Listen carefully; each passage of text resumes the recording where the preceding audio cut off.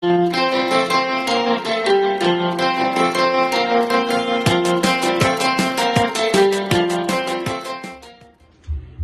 morning, everyone! Welcome sa ating Sunday School.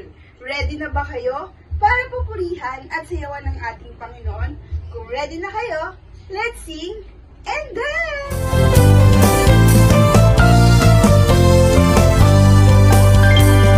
This is the day that the Lord has made, that the Lord has made. We will rejoice and be glad in it, and be glad in it. For this is the day that the Lord has made. We will rejoice and be glad in it. This is the day that the Lord has made.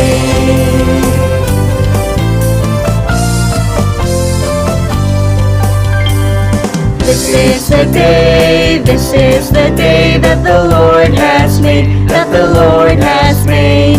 We will rejoice and be glad in it, and be glad in it. For this is the day that the Lord has made.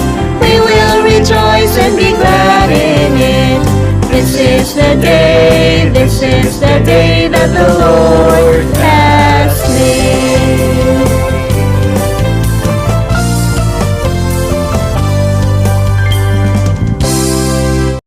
Our memory verse for today is found in Proverbs chapter 28, verse 13.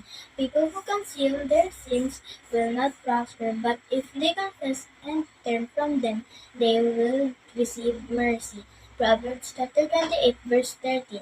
Isang mapagpalang umaga mga bata, ang ating memory verse sa umagang ito ay matatagpuan sa Proverbs chapter 28, verse 13.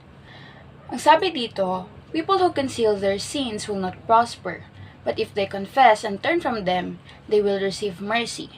Sa Tagalog, ang nagkukubli ng kanyang sala ay hindi mapapabuti, ngunit kaahabagan ng Diyos ang magbabalik loob at nagsisisi.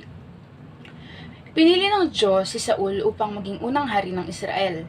Ang responsibilidad ni Haring Saul ay pamunuan ang mga tao at tulungan silang sundin ang mga tagubilin ng Diyos. Si Samuel naman ay isang propeta at isang pari para sa Diyos. Si Samuel ang may pananagutan sa pagsasabi sa mga tao ng mga mensahe mula sa Diyos at pag-aalay ng mga hain bilang paraan ng pagsamba. Binigyan ng Panginoon si Haring Saul ng tiyak ng mga tagubilin kung paano haharapin ang kaaway sa isang labanan, ang mga Amalekita.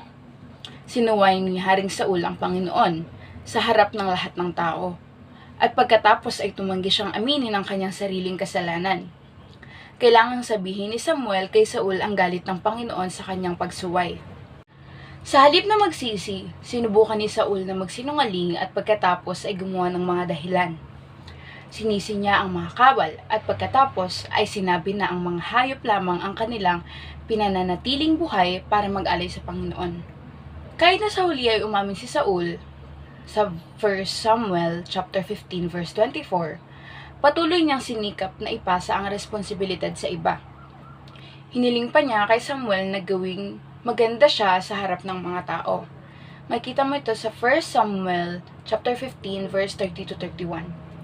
Bagamat mananatili si Saul sa pwesto bilang hari sa loob ng maraming taon, sa panahong ito ay tinanggihan na siya ng Panginoon bilang hari. Sa kwento ngayong araw na ito ay nakita natin na ang nais ng Diyos ay ang ating pagsunod at hindi ang ating mga hain. Nais ng Diyos na aminin natin ang ating mga pagkakamali at kasalanan. Kagaya ng pag-amin natin sa pagiging makasalanan at pangangailangan natin ng tagapagligtas. Alam ng Diyos na di natin kayang iligtas ang sarili natin mula sa kamatayan. Kaya siya na mismo ang gumawa ng paraan. Kusang loob na inialay ni Jesus ang kanyang buhay upang ang sino mang sumampalataya sa kanya ay magkakaroon ng buhay na walang hanggan doon sa kalangitan, sa piling niya. Ano at sino ang pipiliin mo?